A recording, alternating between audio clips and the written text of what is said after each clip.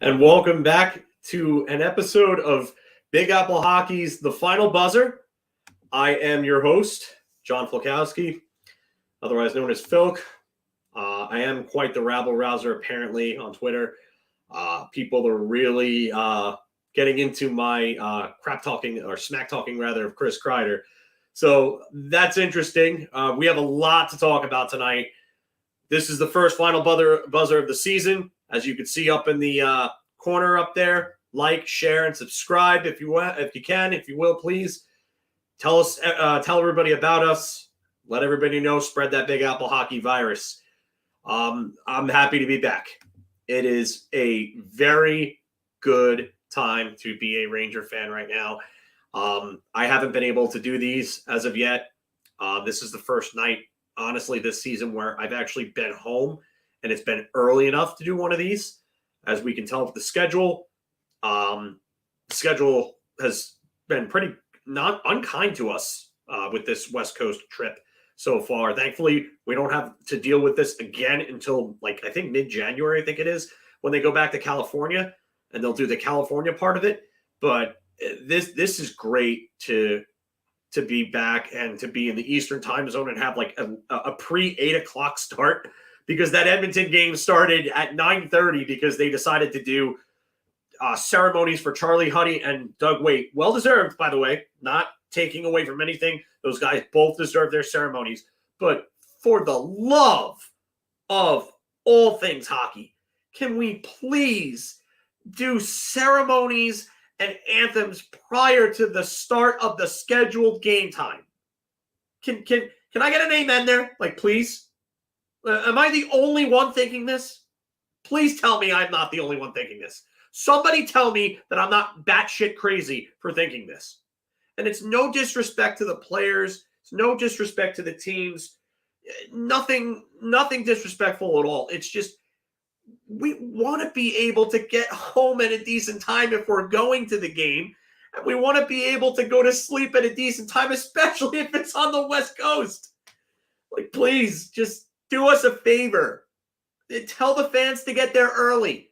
If you announce that and you announce to the fans, get there early, hey, we're doing this ceremony, they're going to get there early. They're going to be in their seats. So, yes, they will be there for it. Everyone will be. All right, enough about me ranting about that. That's my first rant of the season regarding anything hockey related, I guess. I mean, I don't think I've ranted so far on any of the weekly episodes, which I'm going to plug right now. We are going to be permanently on Wednesdays. We will start probably around 5:30-ish on Wednesdays. That will be our start time. We will run to somewhere around, I would say, 6:30, 7 o'clock in that range. But I understand that it might be tough for some, but this is the best time that honestly works for all three of us. And all three of us want to be on this show together live. We've made this show work by the three of us being together. We have a no man left behind motto between the three of us, myself, Anthony, and Mark. And we don't want to leave any one of us out of this. So we think that we run this show best when there's three of us. I like to do these just on my own, just because it's a good way to get more airtime, more eyes, more exposure, more fun, more hockey discussion. So, but our main show will be Wednesdays. We have worked it out. We're sorry. We apologize for any confusion, any inconvenience, but we've decided on it, and we are going to stick with Wednesdays. If there's any changes that need to be made, we will do everything we can to inform everyone well ahead of time, so this way you guys and girls all know about it. That's being said, I haven't done this in a while, so let me find the little intro video. I think you know what time it is.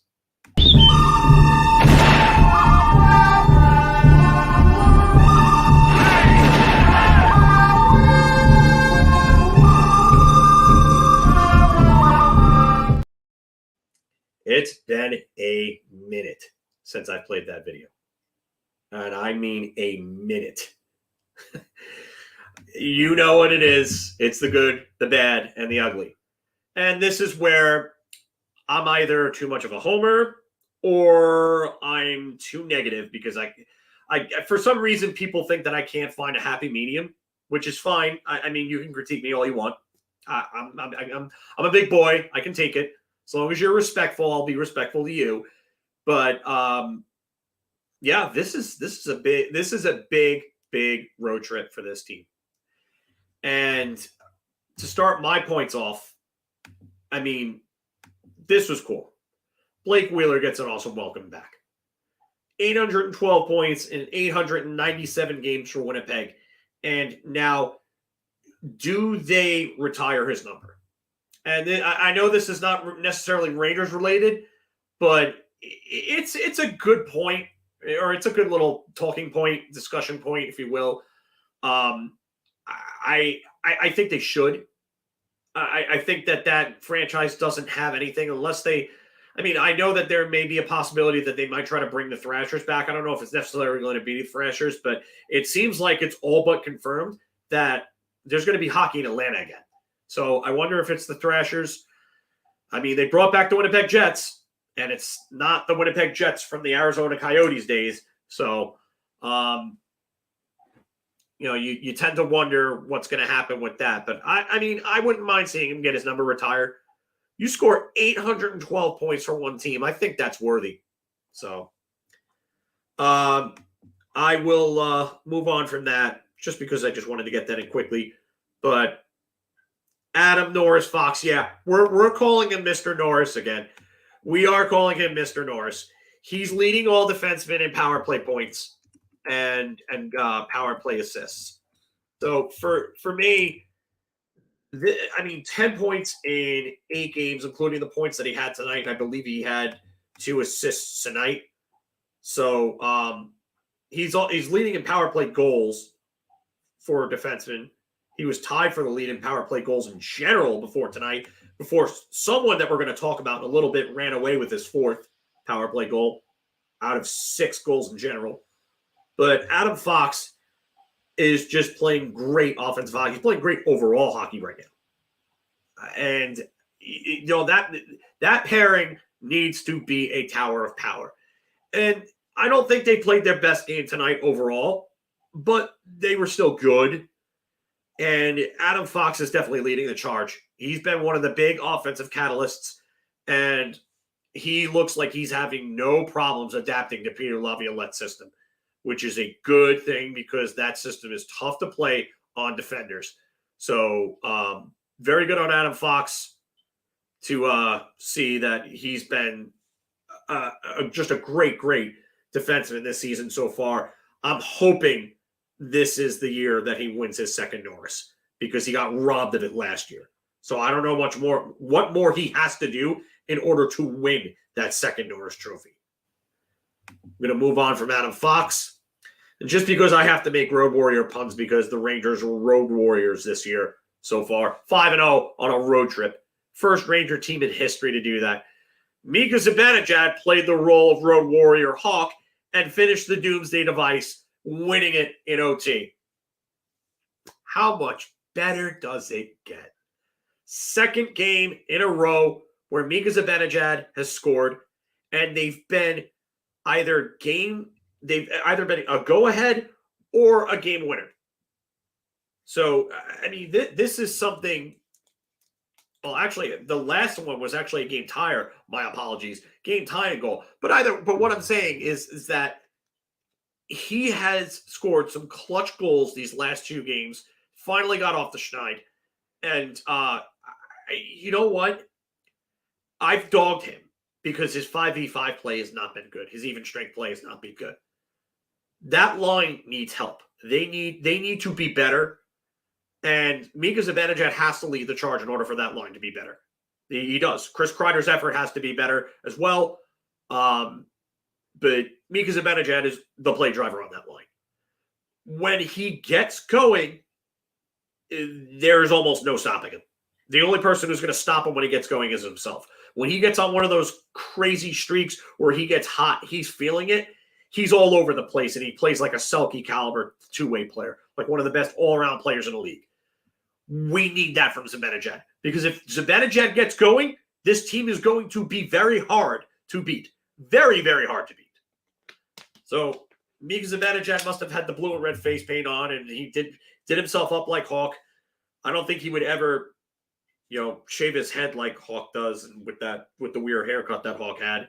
And, but he definitely went off the top of the glass and gave Vancouver the Doomsday Device. So, Mikey Red, I think you may be right. This could be a possibility. Zibanejad could be hurt. But I don't know. I want to see him play better. We'll talk more about others on that line in a little bit. Don't worry. Don't worry. We are going to, Matador. We are going to. So, but I'll move on from Zibanejad and talk about Chris Kreider. So he ties the game on the power play with his league-leading fourth power play goal. 4 of his 6 power play goals, or 4 of his 6 goals are power play goals. Chris Kreider's effort otherwise in this game was questionable at best. Questionable. And I furthermore, I thought it was bad.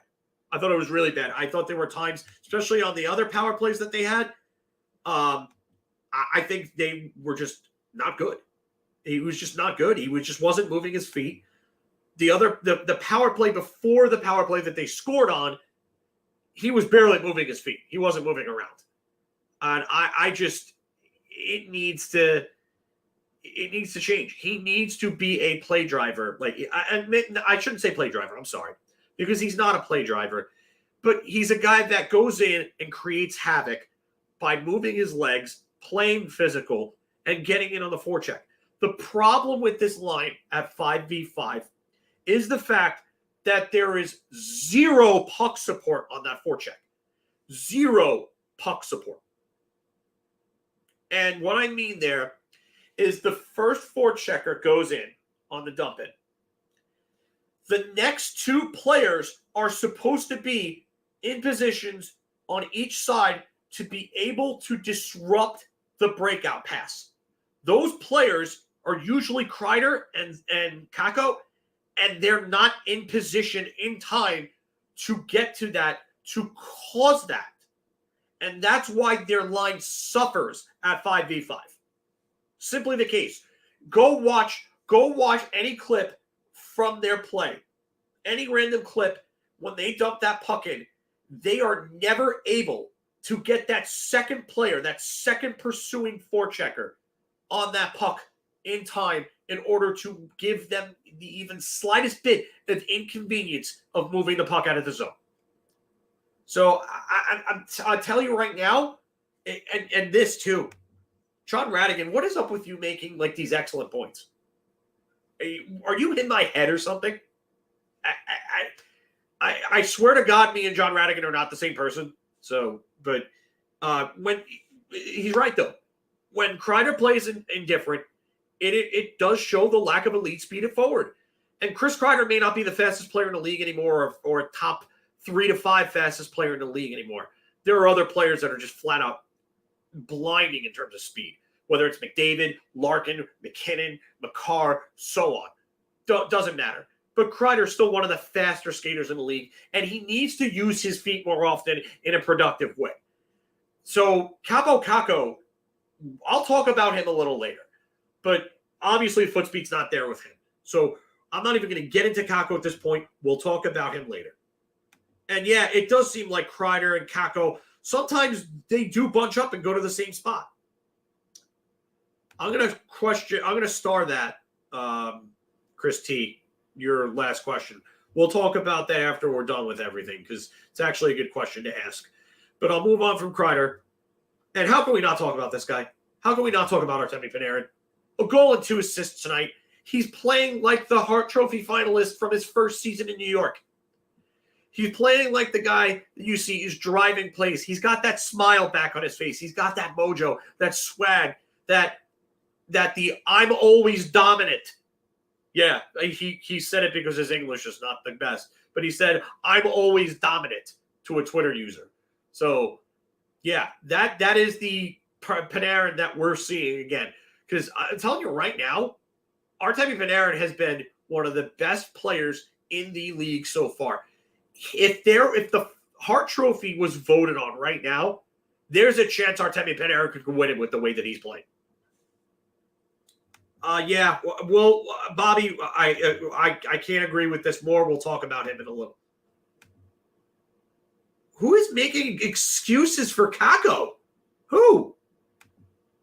Who is making excuses for Kakko? I don't even see it anywhere in the chat. Gonna move on from Panarin. K'Andre Miller and Jacob Trouba were probably the team's most consistent pairing tonight. Tell you right now, I can't believe that I'm saying this, but Jacob Trouba's actually played well this season. He's played well. I can't believe that he's actually playing well. And K'Andre Miller overall has been really good. Really good. He made a few real good defensive plays tonight, too. He made a couple of plays where he was questionable with the puck. But overall, these two have both been really solid to start this year off. It's like Peter Laviolette's system is getting through to them. And you know who we got to give credit to here? And I said that it was a great hire when they made it. I absolutely oozed over that hire. Phil Housley. You have a Hall of Fame defenseman, one of the highest scoring defensemen, one of the best defensemen ever, come in and work with these guys. And it just shows the difference. You have a Hall of Fame defenseman come in. And I don't think Phil Housley is really going to go anywhere because he was head coach of Buffalo and he didn't stick as a head coach years ago, if you remember that, like 2014-15 area. He didn't stick with them as a head coach. But he will stick with the Rangers. And I love what he's done. I'm going to move on from these two. And speaking of coaching, it's coaching and special teams that are the difference tonight. Laviolette's structure and discipline have made a huge difference. Michael Pekka has come in and helped with the faceoffs. As I was talking about before with Phil Housley. Has Christian Umura made a difference in with skills? I think he might have so far. The only thing I didn't like from tonight, where I think a skills coach would definitely have to help with some of these guys, and not just the skills coach, but the other coaches as well, the breakouts. The Rangers were terrible at managing the puck through the zone. I should have put it in in the ugly part. So I'm just going to say it right now. Rangers were just awful at getting the puck out of the zone. Awful. I'm going to star this comment from Mikey Red too, because I do agree that the third pairing is dicey. We'll talk about that in a little bit. But with this team, coaching and special teams are a huge difference. And another thing you got to say is that was an absolutely horrendous penalty call on Lindgren at the end of the game. Lindgren never even touched him. Never even touched him.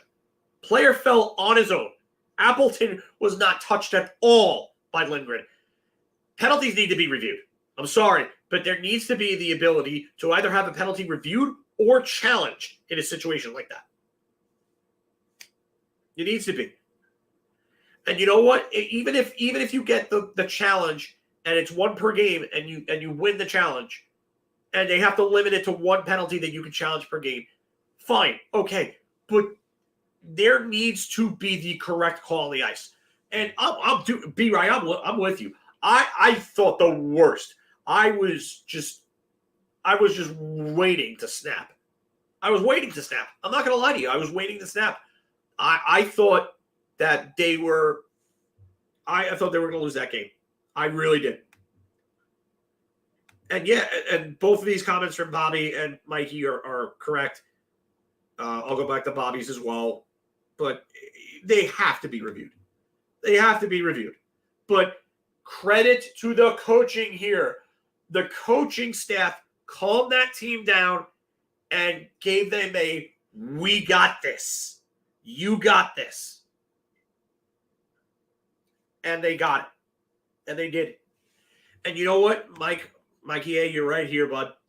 The penalty allowed Winnipeg to control the puck for the entire overtime, and the Rangers still won the game. Still, they found a way to win. They found a way to win. Coaching makes a difference. They don't do this under Gallant. They don't. They don't. They can out-goalie people under Gallant.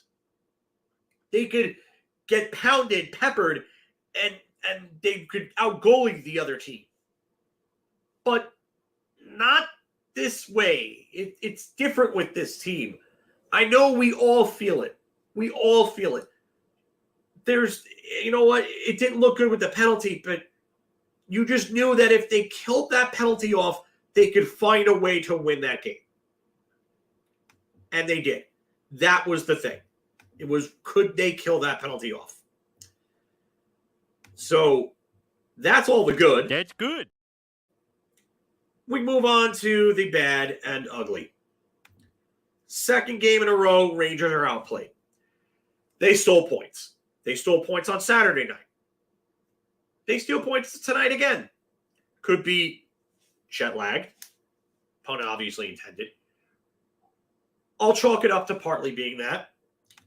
But this team so far has been inconsistent in efforts throughout points and parts of the season.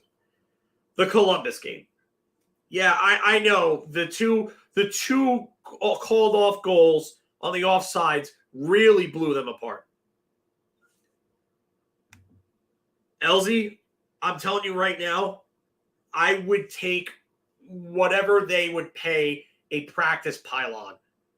I will take care of my, as long as if I get hurt, they just take care of my medical. If they paid me like $200,000 a year to be like a practice pylon, I would, I'll be your glue guy. I'll be their water boy. I don't care. I would take any job with them. But it seems like Anthony would be a lot closer to that right now than I would. So I'll give Anthony the kudos there. But it's funny that they're just winning, finding ways to win games. Last year they were finding ways to lose games. Now I love you too, LZ. I really do. I miss you. At some point, you, Elrock, and I, and some of the other guys are getting together and we're watching a game. And you're going to deal with me being my crazy self watching a game. It's going to happen. You have to tell the wife that she has to take care of the kids for the night. Just one night to get all of us together. All of us together like old times. Please. And I am glad that you're in. I'm pitching this to Elrock. We're doing something. I'm bringing Mark too, so this way you can make fun of Mark. But no, I would not trade Capo Caco for a ham and cheese sandwich. No, he has not played well. Permission slip needs to be advanced. I think it's the same for anyone with a wife at this point. It's just, you know what? I get it. I understand it. Kids come first. Family comes first. But I would just love to get all the guys together for one night and just watch a game like old times. So, I know, to go back to Matador, I would not trade Capo Caco for a ham and cheese sandwich. Is it a Wawa hoagie roll?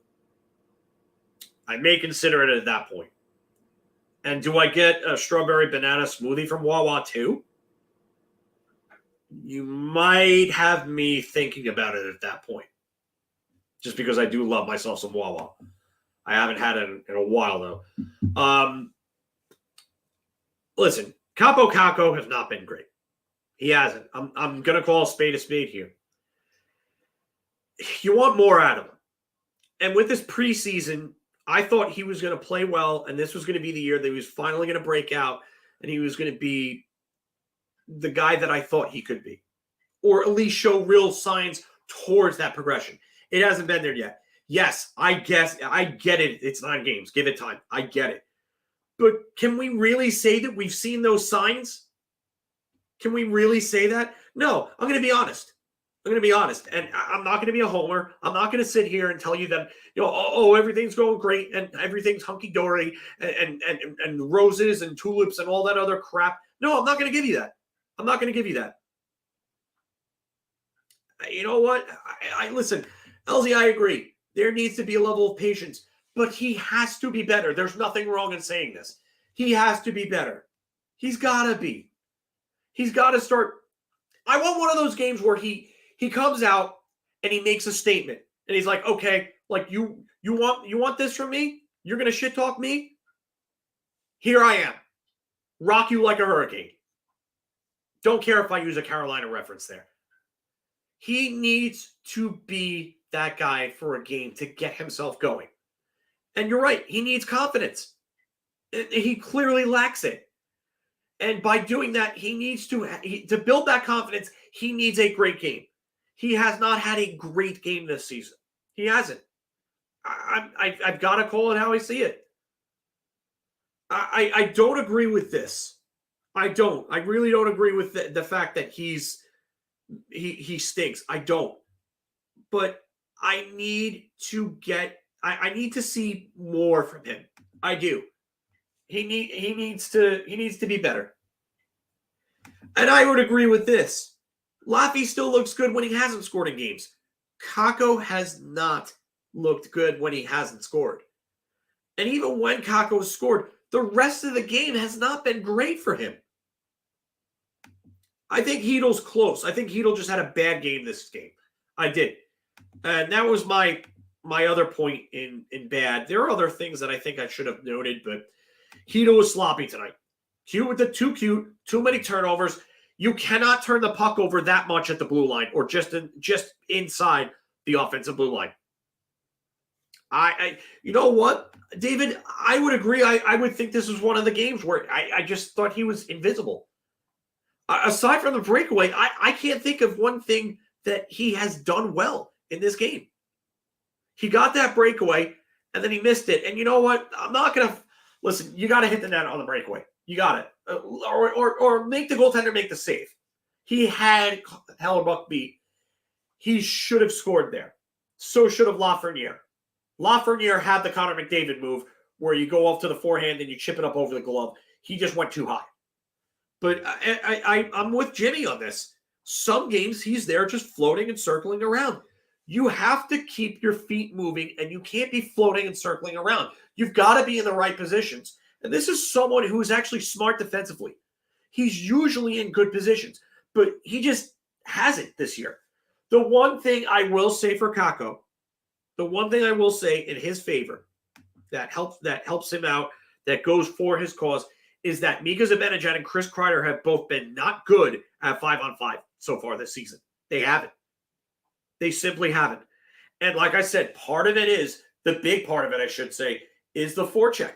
They're not getting to the right spots on the forecheck. That first guy is getting in and pursuing, and he's not getting to the defender, and the defender is able to make the first pass.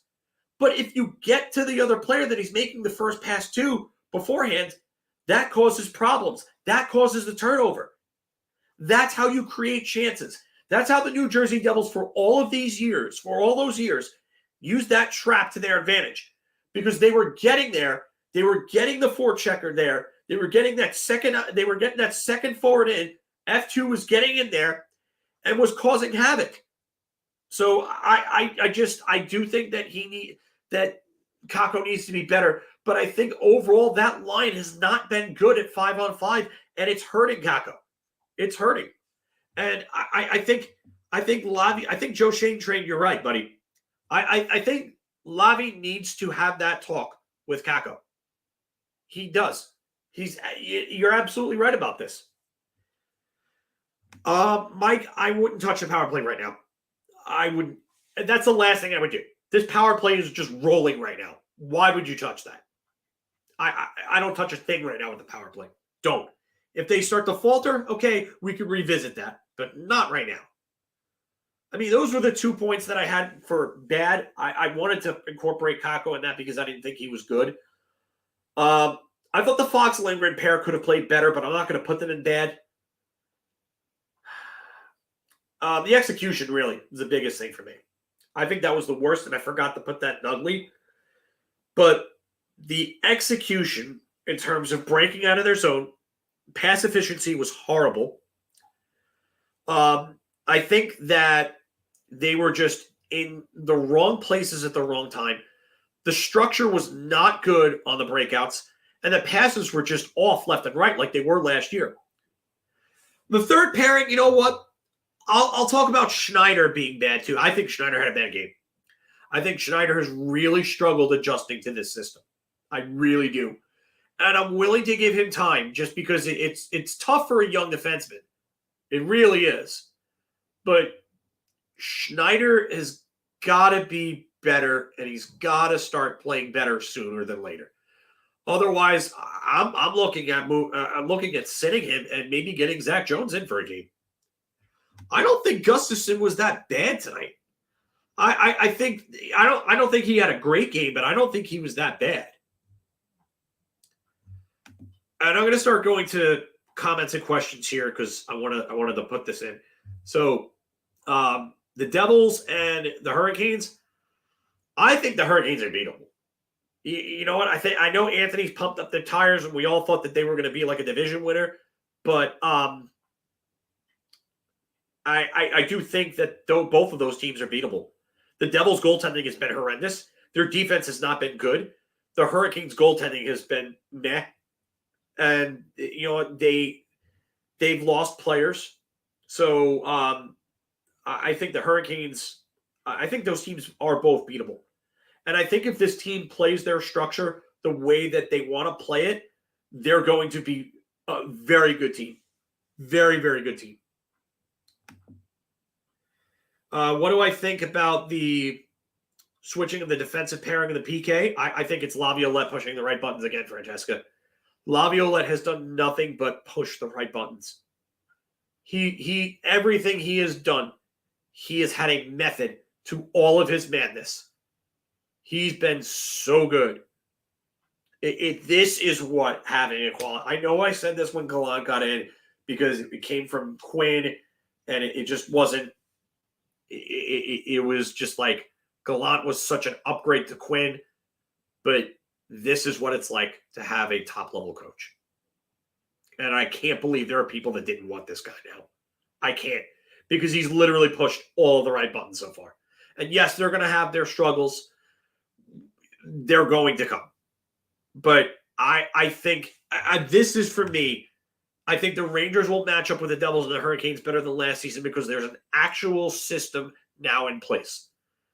Now, guys like Brindamore and Ruff are not going to sit there, and they're not going to be able to sit there and just make adjustments, and Laviolette won't make the adjustments to counteract them, unlike Gallant, who was stubborn and didn't want to make those adjustments. So, yeah, and I think this is another thing too, Bobby, just to further elaborate on the point of Peter Laviolette being the difference maker.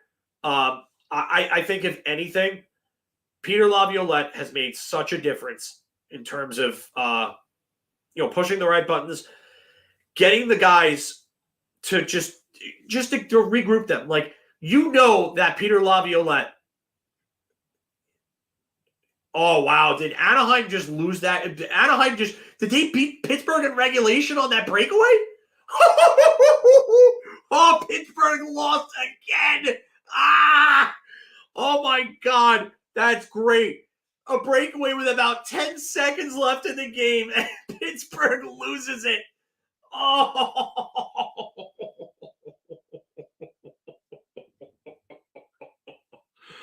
Oh, man. Oh, you got to be a real sick person to enjoy the downfall of the Pittsburgh Penguins.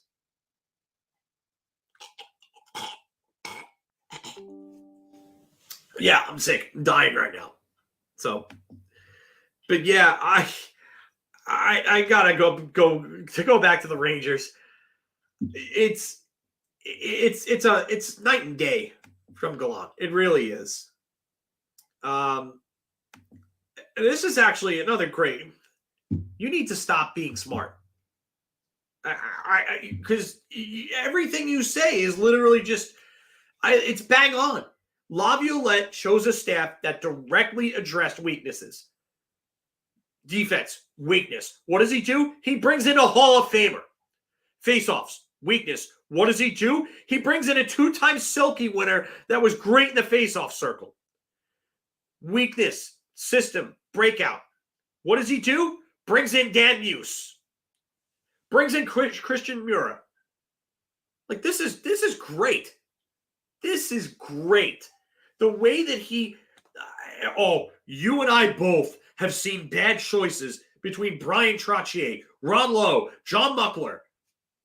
What else do we want to talk about? Perry Pern running a power play? You remember how bad those power plays were when Jaromir Jagr wasn't dragging that power play along? Ugh. But all the choices he made, Peter Laviolette, were just perfect for this team so far. Perfect.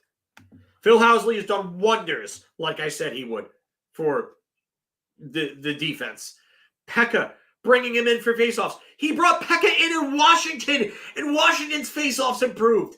So what does he do? He does it again. He goes back to the well, and lo and behold, they bring in Pekka, they bring in Benito, and now all of a sudden the Rangers are one of the better faceoff teams in the league?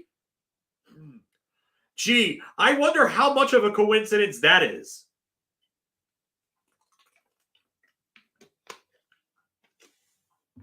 But this is just a great start to the season. 5 wins in a row, 5 road wins in a row. What a rush for all my wrestling fans who know that one. So I just, what a great night. Give you some scores around the league too while we're at it here. Run through those. Do some a little around the league talk too, just because there's a lot to go over. So the Bruins in OT over the Panthers. Goals by Alex Barkov, Sam Reinhart. For Florida, Brad Marchand, Charlie McAvoy, who ended up getting ejected to the game for a check to the head, and Pavel Zacha. So that's a 3-2 overtime win. The Hurricanes, who we talked about before, barely edged out the Flyers 3-2. Goals from Stefan Nason, Michael Bunting, and Teuvo Teravainen for Carolina. For Philadelphia, we got Garnet Hathaway and Owen Tippett. The Ducks, as I talked about before, beat the Penguins right at the end of regulation. Erik Karlsson scored for Pittsburgh. Jakob Silfverberg then for Anaheim. Frank Vetrano scored again for Anaheim. Malkin tied it at 2 for Pittsburgh. Radim Zohorna made Pittsburgh go up by 1, 3-2. Mason McTavish tied it at 3. And then Mason McTavish with his second goal of the game winner right at the end of regulation. The Kraken beat Tampa Bay 4-3 in overtime. So Seattle gets goals from Brian Dumoulin, Yanni Gourde, Kyler Yamamoto, and Jared McCann, who is not a fluke by any means. He looks like he's going to score 35, 40 goals again. So Tampa gets goals from Tanner Jeannot, who they gave up a king's ransom for. Alex Barré-Boulet, which was good because it's good to see a prospect like that actually come up and start doing something for them. And Brandon Hagel, one of the few prospects they didn't trade away, by the way. And then the Red Wings triumph over the Islanders in overtime, 4-3. Goals from Casey Cizikas, Noah Dobson. And for the Islanders, the other one was Bo Horvat. Detroit gets goals from Daniel Sprong. Great signing for them. Can't believe Seattle let Sprong go after scoring 26 goals. Jake Wallman, JT Compher, another good signing for them, and Lucas Raymond with the overtime winner. Obviously, we know about the Rangers. We're not going to talk about that. We already have. The Stars put up a 5 spot on the Blue Jackets. Thomas Harley gets his first goal of the year. Voronkov, again for Dallas. Then Rupe Hintz. Voronkov for Columbus. That's bad. My bad. I did a mark. And then Severson for Columbus. Rupe Hintz then for Dallas to tie it at 2. Matt Duchene to put Dallas up by 1. Dodonov makes it 4-2. And then Wyatt Johnston puts on the 5th. And then Columbus gets one from Sean Corrali. 5-3 final. Connor Bedard gets one tonight for the Blackhawks. And then it's just all Arizona after that. Carcone, Brown, Carcone again.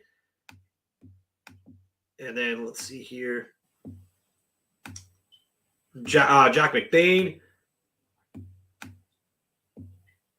Wait, did he have a hat? Oh, Carcone had a hat trick. Oh, geez. Wow. What a night for him.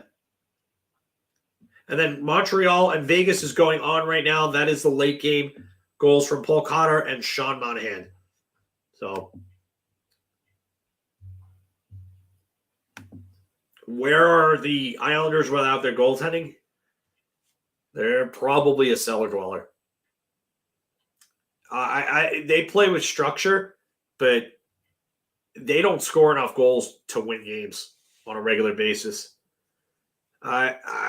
Honestly, I look at that team and I say to myself that while they have a solid structure, I really wonder where they're going to get their goals from on a nightly basis. So, guys are scoring for them, but they don't have a top flight scorer. They have 10 points, but they've won 4 and they've lost 4. I mean, yeah, it's 4-2-2, but technically they've lost as many games as they've won. So I can't say that I'm too satisfied with them right now. If I'm an Islander fan, they just don't seem like they have the firepower to win games. Yeah, I don't like this. I don't like the way the fourth line is played this year. It's not been good. I think they're too slow. I think between Bonino and Gaudreau, they're too slow. I think one of those guys has to come out. And if you ask me, it's Gaudreau. Jimmy Vesey has not played great. Overall, they haven't really done anything offensively. They're kind of just like a their type line. Yeah, sort of, Bobby, but I wouldn't totally agree. And I think I agree with this. I think the cane noise is going to get louder and louder because I just think that this team needs something extra. Here's the thing. Happy for Blake Wheeler to get his welcome back. Good for him. Very good for him. Happy for him in that regard. Here's the problem. Blake Wheeler is not fast. He's not great defensively. And he's not scoring. So Patrick Kane is a faster skater. He can score and contribute offensively. And if you have him playing with a guy like Vincent Trocheck on that third line, he can feast on those lines. Cooley and Trocheck are good enough defensively. If they can cover for Wheeler, they could cover for Kane. So I do think I agree with this, Bobby. He's not signed yet. I think the longer and longer he waits, the more and more it shows you that he's looking to play for the Rangers. I really do think that. And I think that it's going to piss off a lot of people, but I think that's going to... There hasn't been any Kane to New York noise, but there's been no... Actually, no, there has. There has. You're wrong there. Friedman had reported that the Rangers are one of the teams that are in on Patrick Kane. One of the teams that are in on him. It's been the Rangers, the Red Wings, and the Sabres were the 3 teams that were listed as in on Kane.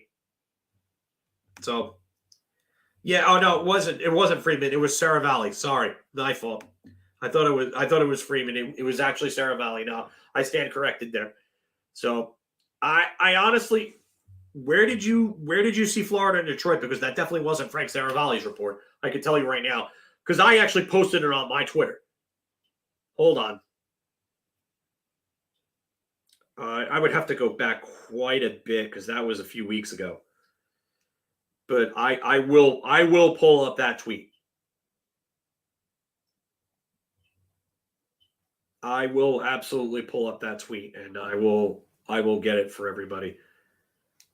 Might take me a little bit just to go through this on phone just because, but he definitely said, and yeah, and I'm with Bobby on this as well.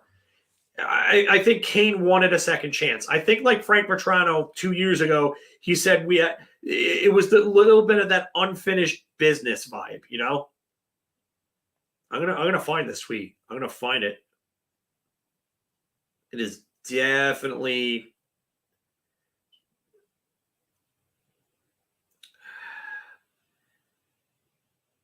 I know that there's.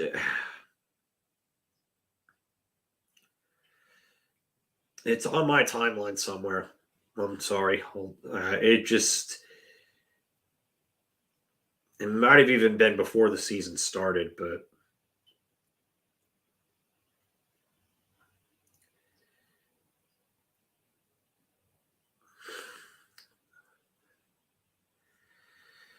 I have an idea. I'm going to do a little search.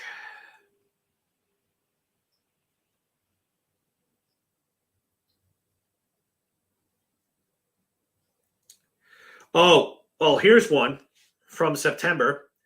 Arthur Staple thought that the Rangers will re-sign Patrick Kane in November.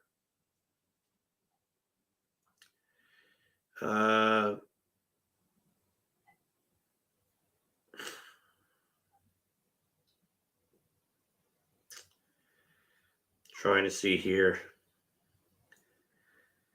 There was another one that I had posted. It was from Saravalli itself. It was definitely the Saravalli one. Hold on. No. I don't think there's any time frame on when Kane is supposed to sign. I just think that it's just going to be when the Rangers can work the cap. Kane doesn't need waivers because he's a free agent. Why would Kane need waivers? He's not on anybody's roster.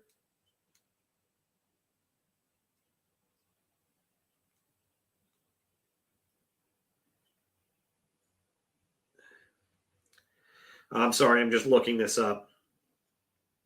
I'm still trying to find this.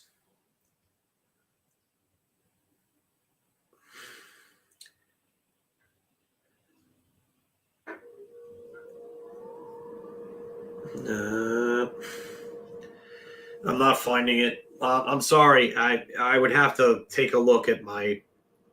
It just is taking up too much time. I don't want to sit there. I think at that point, I think Kane comes in if they find that Wheeler is just not cutting it. And I feel bad because Blake Wheeler seems to be a really good guy. I do. But I think I would move Wheeler if I'm the Rangers. I just think that I just think he's cooked. I do. I think he's cooked. And people were talking to me about him. It's not even the season yet. When I said in the preseason, and he's going to get his legs back. You don't just get your legs back like that. Not at that age. I'm sorry. It just doesn't work that way. Wheeler's at the age where players decline. And even the great ones do it. Look at Messier at age 37, 38. Wasn't the same player in 1997, 98 that he was the year before. And then the year in 98, 99, he got hurt and he wasn't. It was even worse. He had a resurgence his first year back in New York where he had almost 30 goals and almost 70 points. But, the great ones can sometimes defy time.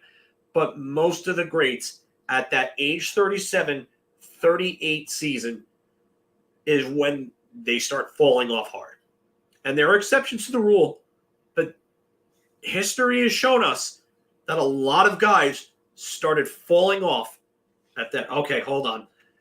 Matt said he tagged me. Thank you, Matt. I appreciate you.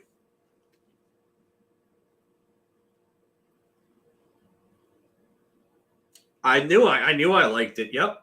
And I'm pretty sure I reposted it. But Sarah Valley reports on October 17th that Patrick Kane likely isn't to make a decision on a new home before November. And this isn't an exhaustive list, but keep an eye on these three teams over the next few weeks. And those teams were the Sabres, Rangers, and Red Wings. So, yeah, there's been noise on Patrick Kane, too. I think that was Chris T who said there was no noise on him. There's been noise. I'm telling you right now, there's been noise. And I know that people are going to turn around and say, oh, well, Patrick Kane hasn't played well at 5-on-5. He's not a great defensive player. Okay, neither is Blake Wheeler.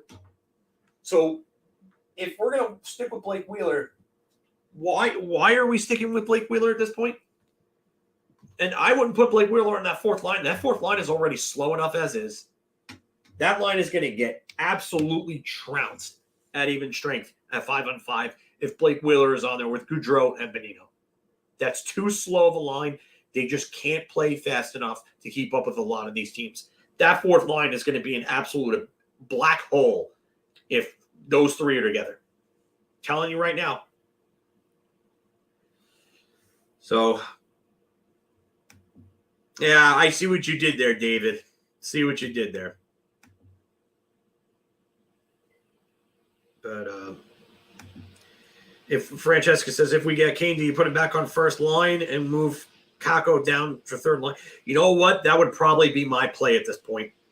I would stick him with those two and see what they could do. No, but VC isn't slow. You're right. But they would likely, just because of veteran name and all that other stuff, they would move VC to a 13th forward, and they would go with the three big veteran names in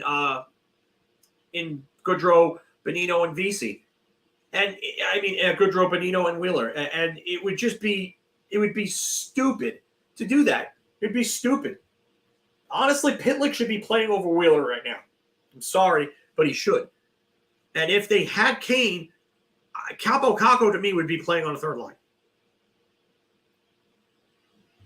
Yeah, you know what? I don't even want to get into this core. I don't, because it's as much as I love Rangers Twitter, there are times where I'm just like, what? So, I'm going to go here with some questions that I starred. What do I think about Wheeler being waived to make room for Hoffman? I don't see that happening right now. I don't see it in the immediate future. So sorry, guys. Bobby said Hedl had a rough 2 games, but that line has still been solid. I would agree. Third pairing is dicey. Gustafsson is okay. Yeah, Gustafsson did not have a great game. Schneider has not played well. He is dragging that pairing down. I'm sorry, but he has. Bailey saying, if we can offload Gaudreau's contract and if Caps goes up, you'd be okay with keeping Trouba. I think if Trouba continues to play solid, we're revisiting that discussion about moving him. I really do think that. So go back to the live comments. Yeah, you give Hoffman time to develop. Fourth line, put up a course. Yeah, that stat was mentioned before, Sean. And hello, Diane. Yeah, Hedl has been struggling. According to Ranger, we can't add good players. We need more players. See, I think Rangers Twitter hates Kane because Kane bad because accused of things back in the day. And yeah, I don't even want to get into that though. It's just, we're beating a dead horse with that. Okay, Zibanejad is a new dad. Fine, I get that. But you're paid to be a hockey player. You got to have your head in the game. He has not been good at 5-on-5. The efforts just haven't been there. I mean, once he scored the goal, he started playing better. You saw the jump in his feet. He needs that jump in his feet beforehand. But again, I'll give him the benefit of the doubt, as the other two players have not been good at 5-on-5. Just like with Kakko, they work together. So, all right, that Ehlers goal was not good. I know it's a wraparound, but that's not good. You got to cover that 5-hole, man. You got to cover that flagpole.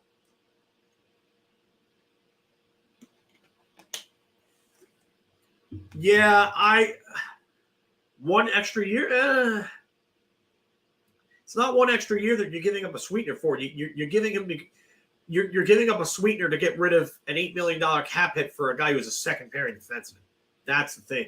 But if he's going to play solid defense and he's going to be this good defensively going forward, yeah, and I said that, B, right? The Schneider play, what is he doing there? What is he doing? Yeah, he absolutely screwed up on that goal. That's on Schneider, but where the hell else is everybody else? It's not just Schneider. Schneider misplayed that horribly, but where are the other players? Where is everybody? And there's flybys by all the forwards coming back. Flybys. You can't fly by. Coaches always yell at you for flying by.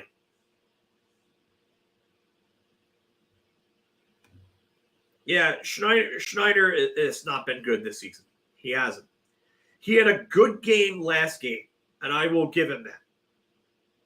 Actually, it was the Edmonton game that he was good at. His last game, he was so-so. But this was definitely not a good game.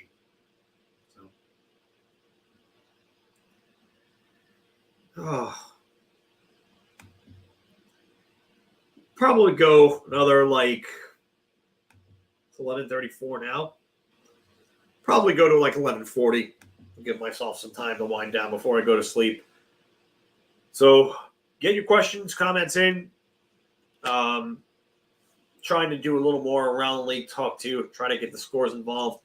Drive some discussion up around the league. But so I like this question here. If this keeps up, do you guys think they break up things in Pittsburgh?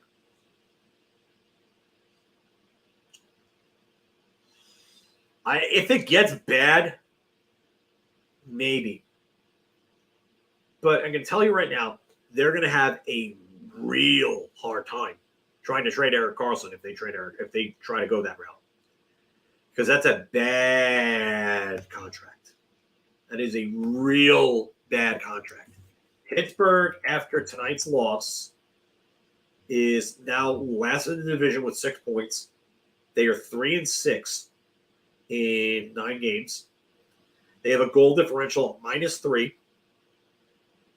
And, oh, man, they've given up 29 goals.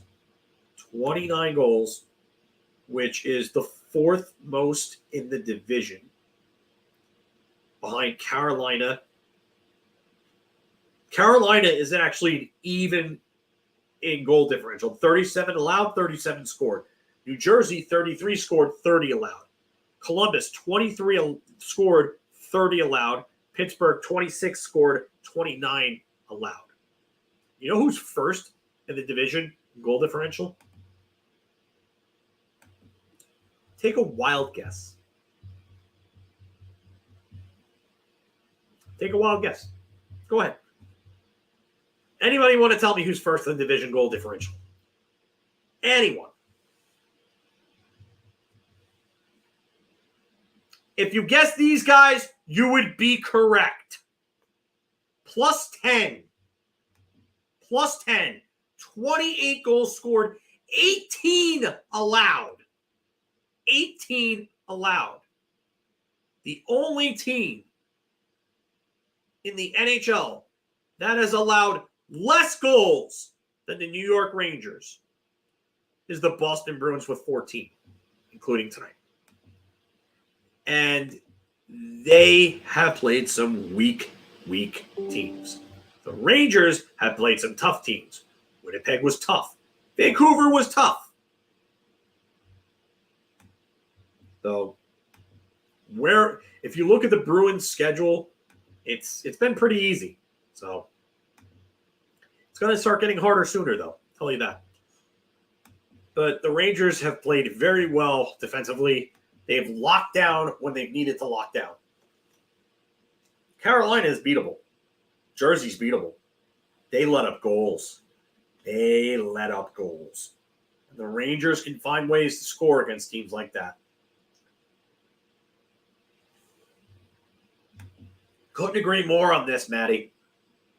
That Jari extension was dumb. And I said it from day one. You could not go ahead and make this guy out to be a sieve for 2 straight years and blame your playoff failures on him and your failures in big spots on him and the goaltending in general, and then go ahead and give him a 5-year deal of over $25 million. That was dumb. That was just absolutely stupid. It made no sense. And I get it. Dubas is not the previous management. But you have to read the room here. You can't go and have this guy made out to be a sieve and then go and give him a contract like that. If you're going to rebuild and you're going to go a different way, then you got to go and get somebody else. And yeah, there was nobody available, which they totally misplayed their hand. Connor Hellebuck ended up not becoming available. John Gibson is not available by any means. And he actually left this game, so I don't know how long he's going to be hurt for. Yeah, so can't wait for Mark to fire in layup talk this week. Erik Karlsson is not solved.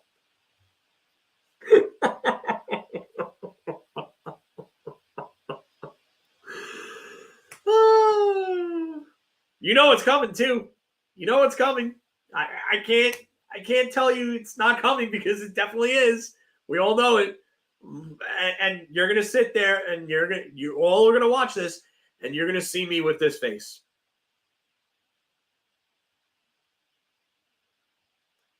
No. And it's so I'm gonna tell him to press the friggin' button. That's what I'm gonna do. I'm gonna tell him to press the friggin' button. And then he's gonna laugh because he loves my reaction when I do that. He waits for everybody else to call for layups. Oh! And by the way, because I have to do this here. Mr. Graves, congratulations. I heard you had a big match last night against Danny Limelight, pretty renowned talent that's been in major promotions. It's a big match for you. I did not get to watch it. I do apologize, but I hope that you absolutely killed it last night. And Big Apple Hockey family, this is one of our oldest commenters and viewers. So give this guy some love.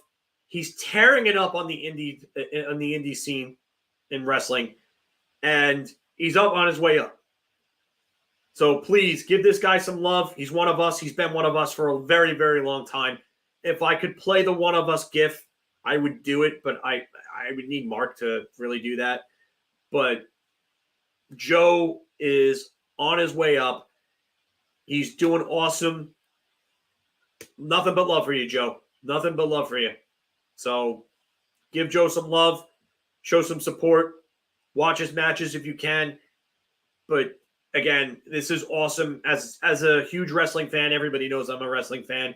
Obviously, with the Road Warrior puns that I had put into the to the broadcast, I am a huge pro wrestling nerd and absolutely love seeing this. I just hope that you absolutely kill it. I hope that I'm seeing you on AEW or something soon. Graves is the name that he goes by. So definitely look out for Graves going forward in the future. Hopefully I'm seeing you on Impact, AEW, NXT, WWE, something, my man. I don't even care if you go to New Japan. I watch New Japan quite a bit. So if I have to watch you in Japan, I don't care. But I want to see you in one of these promotions, and I want to see you killing it. And I would love to see my friend Tracy Nix back in AEW as well. She used to bartend at a bar that I went to in Seaford here on Long Island called the Leaky Lifeboat.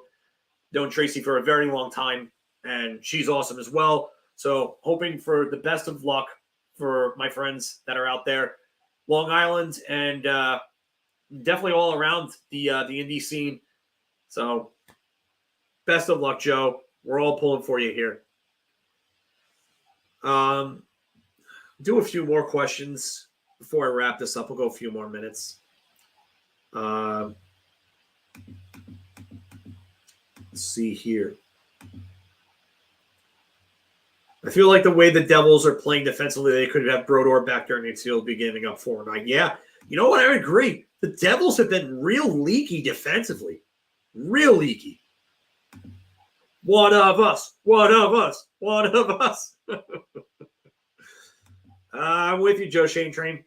Hoping for the same thing, my man. Leo, what's up, buddy? What is missing from Kakko's game to lift him to that next level at 5v5? Speed, confidence. He needs to work on his skating. He needs to continue to work on his skating. Whoever Mikko Rantanen's power skating coach is, Kaapo Kakko needs to be working with him all of the damn time. All of the time in the offseason. And you know what? And I said this before, Chris and Mika have not been good at even strength. And it hurts Kakko more than it hurts anybody on that line. I disagree with this part, J.E. I don't think he's afraid to get hit. I just think that he's not fast enough to get to pucks. And I think the positioning just isn't right because, again, there's zero puck support. In order for a forecheck to work properly, all three forwards have to be supporting each other properly and be in the right places to disrupt the breakout. And they're just not right now at this time. And yeah, and this is right. Everybody was saying that Lafreniere was a horrible skater, and now he looks, I think it's confident. I think part of it is confidence. I think part of it is the line mates. I think Panarin is opening up quite a bit for Lafreniere. Did you see the little move Lafreniere made in the third period, like near center ice? He had a guy coming back on him, and then he did like a dangle through the guy, and the guy completely missed Lafreniere. And I even said, I was like, what the hell was that? Because I couldn't believe he actually tried that move there. But he did it. He pulled it off. That's the difference between last year and the year before's Alexis Lafreniere and this year. I think Panarin's swagger and his mojo has rubbed off on Laffy. Right now, Zibanejad and Kreider are not playing well at 5v5, and it brings down the morale of that line. And it hurts Kakko more than everything. So, I do agree with this here. The Rangers got 2 wins from Quick on that road trip. Quick has been good. In the first game, I didn't think he was all that tested, but in the second game, he was definitely tested quite a bit. And he played very well. Very, very well in that game. So, yeah, let's give Benny Allaire another round of applause. It seems like he's done it again. Why do we question? I can't question this guy anymore. I thought Quick was cooked. And I thought it because he just looked bad last season. But has Benny Allaire done it again? Has he? Because Quick looks way better than at any point that he did last year. So, new coach, new mindset, great second chance for Lafreniere. Yeah, I would agree. Yeah, you know what? Do I agree with you to a point, Bobby? Yeah, I do agree with you to a point. But I will say this. It does matter to a point. It does matter to a point. So, going through some of these other ones.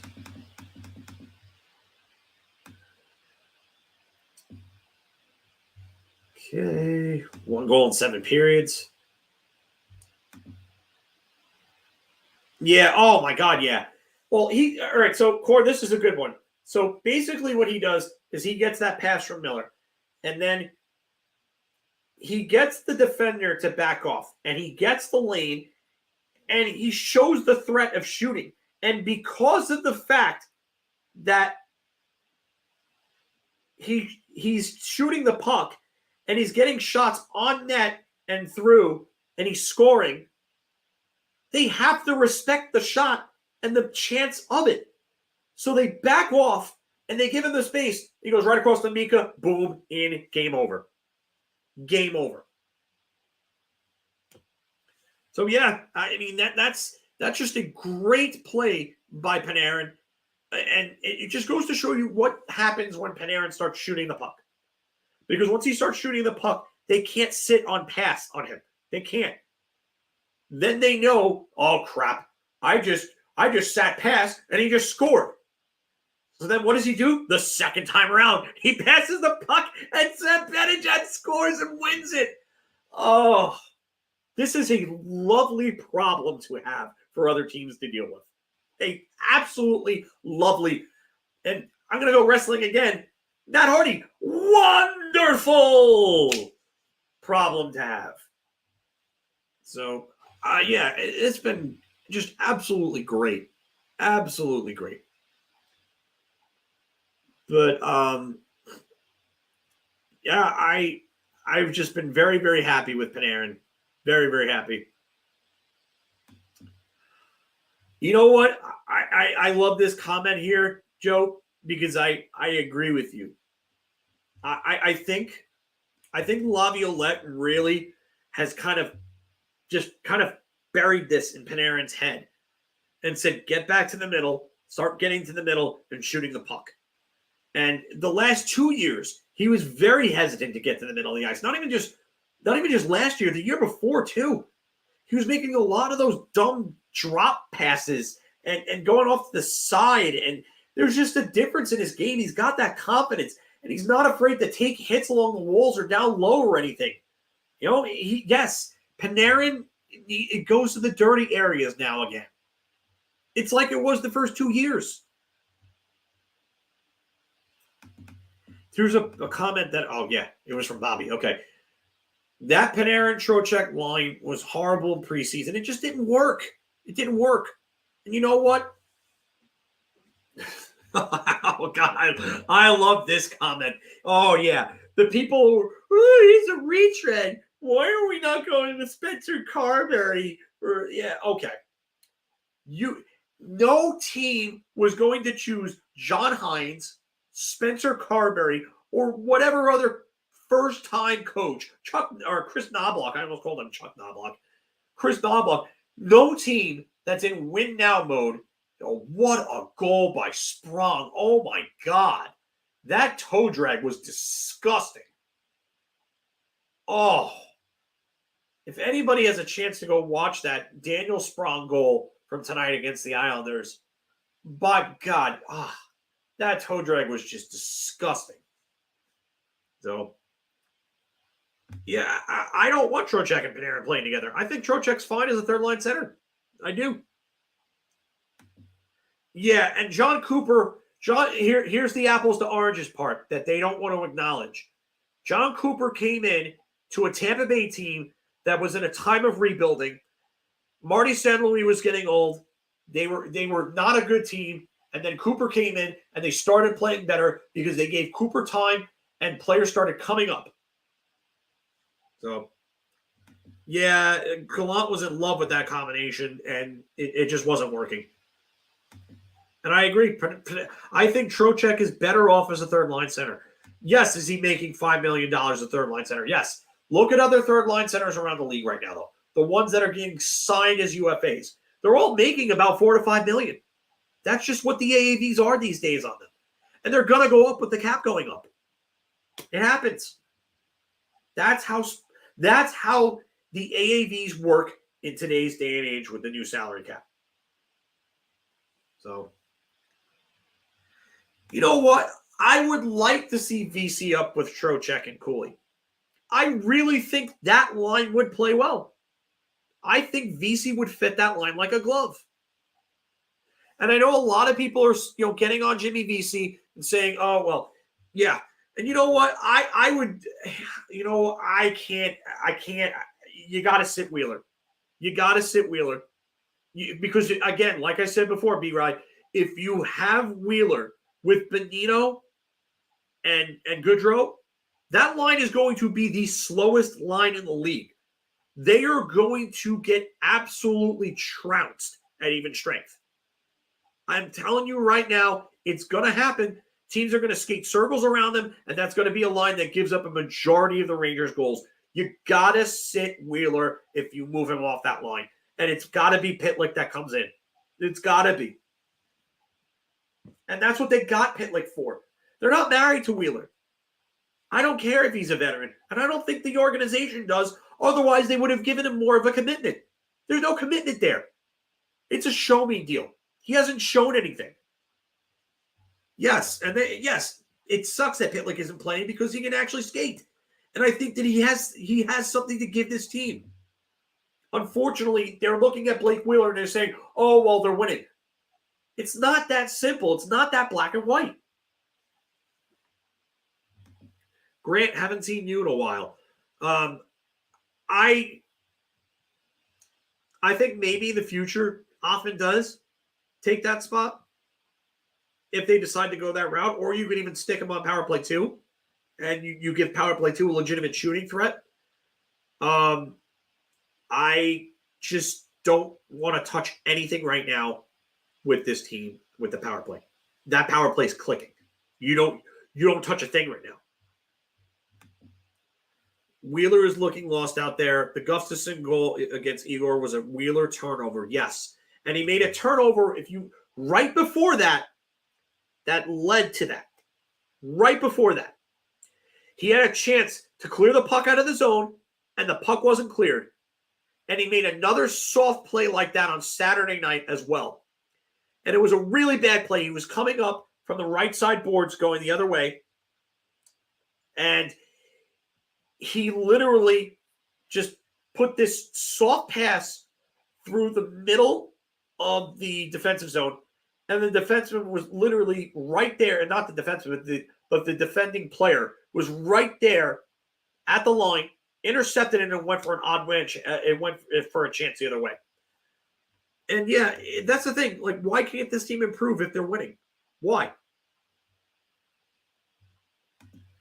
Oh, this would just be some sort of crazy, the universe, time is a flat circle type crap. If San Jose fired Quinn and hired Gallant, that'd be funny as hell. I would laugh. I would just cry laughing because it would just be hilarious. The third line would probably have some good. Yeah, I agree. And you know what the scary part is? Is the two of them, Trocheck and Cooley, that line is playing well enough without contributions from Wheeler. Wheeler's been having trouble on the half wall getting. Yeah, it's bad. He's not good. I like the guy. He's had a great career. He really has. But it's not there anymore. It's not. I think Kane has to go on power play 2. You know what? Suck it up, Buttercup. You want to come back here? Play on power play 2, help power play 2 out. If you want to have power play 2 run through Patrick Kane, okay, fine. Cool. I have no problem with that. I think the power play 2 would be better running him on there. And this is what I mean about preseason. I know Bobby and others have said you can't put too much stock into preseason. This is where you put stock into preseason. Wheeler's looked cooked since preseason. I got so much flack on Twitter for it. So much flack. Oh, it's preseason. You can't say this. He is cooked. I'm sorry, but he's done. It's done. No, it's not time to adjust. It's not. It has nothing to do with that. It's nothing to do with that, Diane. It's not. His legs aren't there anymore. That's not something that comes with adjustment. His legs are shot. They are shot. He has also never been the fastest skater. Now he's... How many Ranger fans remember, and I was really young, this was when I literally first started watching hockey, but how many Ranger fans remember or have watched at some point clips of when Tim Kerr came to the Rangers? And for a background on Tim Kerr, for anyone who's not familiar with Tim Kerr, but Tim Kerr was one of the premier power forwards of the 80s. Big, powerful goal-scoring forward for the Flyers. Came to the Rangers at the very end of his career, and he was just done by then. Done. But this is Tim Kerr all over again. It is. And Wheeler's just not good anymore. He's not, and I think he's even worse off than Tim Kerr was. Tim Kerr at least had some goals and some points. Wheeler has literally contributed nothing offensively at this point. And this is a player that you brought in to give you some offense on the right wing. His second to last season with the Rangers was 1 year. He played 32 games. He had 7 goals and 18 points. He was a shell of himself. This was a guy that 4 straight 50-goal seasons, and all of those seasons were 54 goals or more. 54, 54, 58, 58. And 3 of those seasons were 90-point seasons. He caused havoc in front. He led the NHL in power play goals in 3 straight seasons from 85 to 87. 21, 34, and 26. And I tell you right now, if he didn't miss 4 games in 86 and played the full 80, he may have scored 60 that year. So, you know what? I feel bad because I don't remember who it was that I said it to, but I think it may have even been Wyshynski who said that Blake Wheeler would be on the 4th line. But Wyshynski may be right. Because he has not been good. He hasn't. I mean, I wish I could sit there and find one aspect of Blake Wheeler's game that I like so far. But I can't say that I have. He was a -3 through 8 games before tonight. 0 points. He had 14 total shots on goal entering tonight. I think he had 3 on net tonight. He's played 11:39 per game. That's down last year from 17:03 last year, which was down from the 19:32 the year before, and then 18:20 the year before that, and then 19:19. Like this guy's done. This guy's done. And yeah, he got power play time last year because Blake Wheeler last year, in terms of power play points, he had 8 power play assists, 7 power play goals, 15 power play points of his 55 points in 72 games last year. So yeah, Blake Wheeler, he definitely got power play time last year. And as for when does Patrick Kane turn 35? He turns 35 on November 19th. November 19th, Bobby. That might be a date to look out for. Thank God Wheeler isn't making Wade Redden money, is the comment that Jay meant to leave. I would say, yeah, thank God he isn't. And Patrick Kane is not going to get $5 million straight up. I don't think that's happening at this point. I think if he would have been ready maybe by now, I think that some team would give him something around there. But I think teams are hesitant to give him that type of money coming off of an injury. I know that people say that Detroit has the cap space to do it, but where does he fit in there? That's my question. Where does he fit in Detroit? And why is Detroit breaking everything up? The Rangers have a glaring need for Patrick Kane. Detroit doesn't really have a need for Patrick Kane. They don't. They're playing well. They don't need depth at right wing. They have wingers. And who is centering him? Larkin's centering DeBrincat and Raymond. And that's one of the best lines in hockey right now. You're not breaking that up.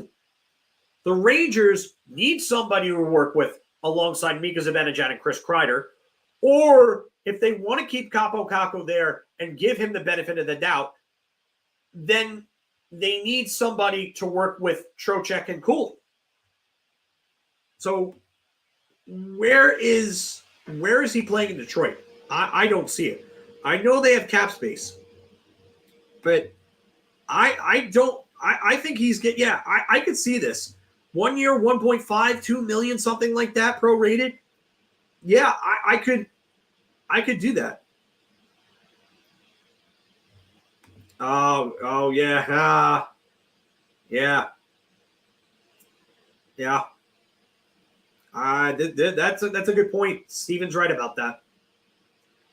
That's right. It doesn't matter about his age 35. He has to be 35 entering the season in order for that to happen.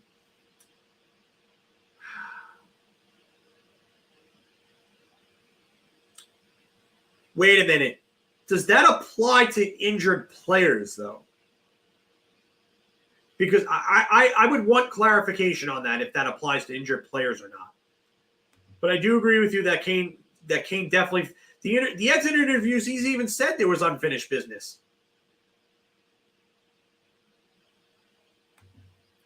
Hey, John. Good to see all the old names, old friends of the show. All right. Really, this time, only 5 more minutes. I'll go to 12:10 Eastern time. It's 12:04 on my watch, so technically 6 minutes. But this is the longest final buzzer I've done in a very, very long time. Usually, I cut these off at about an hour. Try not to go too long. But very good discussion about that, and it's the first one. And I haven't gotten to do any of these this year, so I wanted to get some airtime here. Ooh, cap friendly. He's not eligible. Cap friendly said no a while ago. Okay.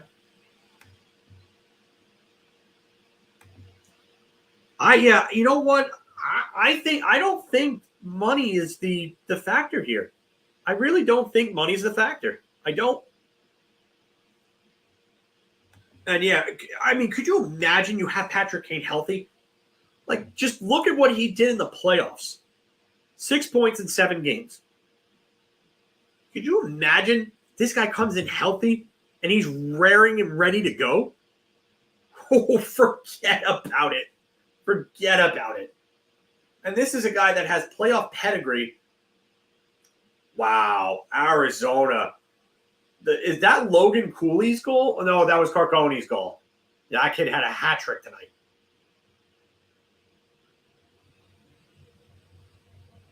Oh, man. Wow. Yeah, I think he wants 5 ring to cover his hand, yeah. And yes, it was a historic night. You were correct about that. Agreed on this, John. Need to get Kakko going. Would Kakko perform better if he's slotted in with Cooley and Trocheck, aside from Kreider? I think so, too. When did Larry Brooks say Duclair would happen? I mean, I wouldn't mind a reunion with Duclair. I think he could help that top line out. I'm just wary about Duclair because I really want Mika Zibanejad to get going in the goal scoring department. I really do. I think he would get, if he gets going in the goal scoring department, I think that this team is far, far better off for it. Kane wants a legacy cup. Well, you win one in New York. That's a friggin' legacy right there. How big of a mess is Anaheim? Zegras is destroying his name with the start. Oh, yeah, he's been bad. Yeah, I don't know about this. I don't necessarily know. Yeah, I think Staple really, he seems to be really getting in on Rangers stuff. Like Larry Brooks, he has the best connections. I'm sorry, but it's the truth. Larry does, whether you like it or not. But Arthur Staple, he's really starting to be on point. So from that post from Arthur Staple that I referenced before, I think that I really do think that there may be something going on with Kane. Because Staple was you're right, he was on point with it. He was the one guy that was saying that Kane to the Rangers was going to happen.